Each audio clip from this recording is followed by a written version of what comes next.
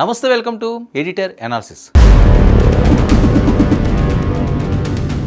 Trump మరణిస్తే free beer, scene cut చేస్తే revenue shock.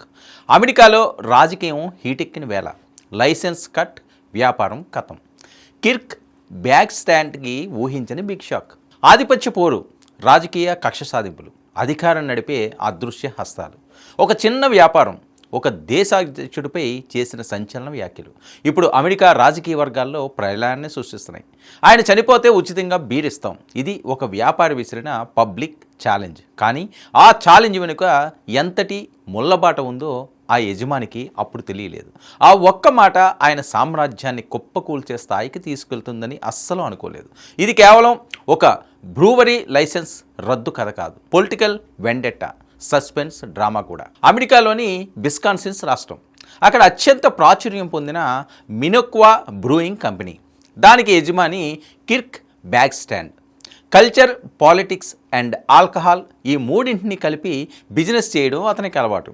Donald Trump అంటే కిర్క్ బ్యాగ్ స్టాండ్కు అస్సలు పడదు.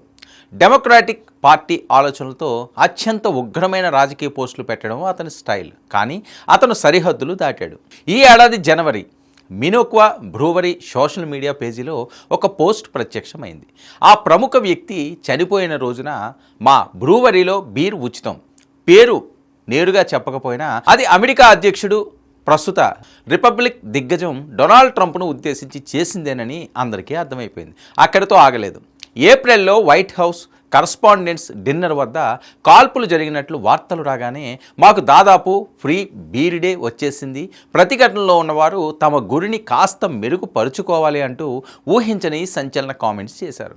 అమెరికా ఇమ్మిగ్రేషన్ విధానాలు, ప్రభుత్వ నిర్బంధాలపై కూడా నిరంతరం విషం కక్కుతూ వచ్చారు. రాజకీయ వ్యాఖ్యలతో సెన్సేషనల్ సృష్టించడం ఒక ఎత్తు అయితే, అధికార వ్యవస్థలు రంగంలోకి దిగడం ఇంకో ఎత్తు. కిర్క్ బ్యాగ్ ఆడిన ఈ ప్రమాదకరమైన ఆటకు అధికారుల నుంచి అనూహ్యమైన కౌంటర్ అటాక్ ఎదురైంది.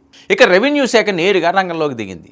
బ్రూవరీ యజమాని ఊహించని రీతిలో పక్కా ప్రణాళికతో ఆయన వ్యాపార సామ్రాజ్యంపై డెసిసివ్ స్ట్రైక్ చేసింది. ఇక Wisconsin Department of Revenue Minocqua Brewing కంపెనీకి చెందిన 2 ఆల్కహాల్ బ్రూవరీ పర్మిట్లతో పాటు వేర్ హౌస్ పర్మిట్ను కూడా రద్దు చేసినట్లు సంచలన నోటీస్ జారీ చేసింది.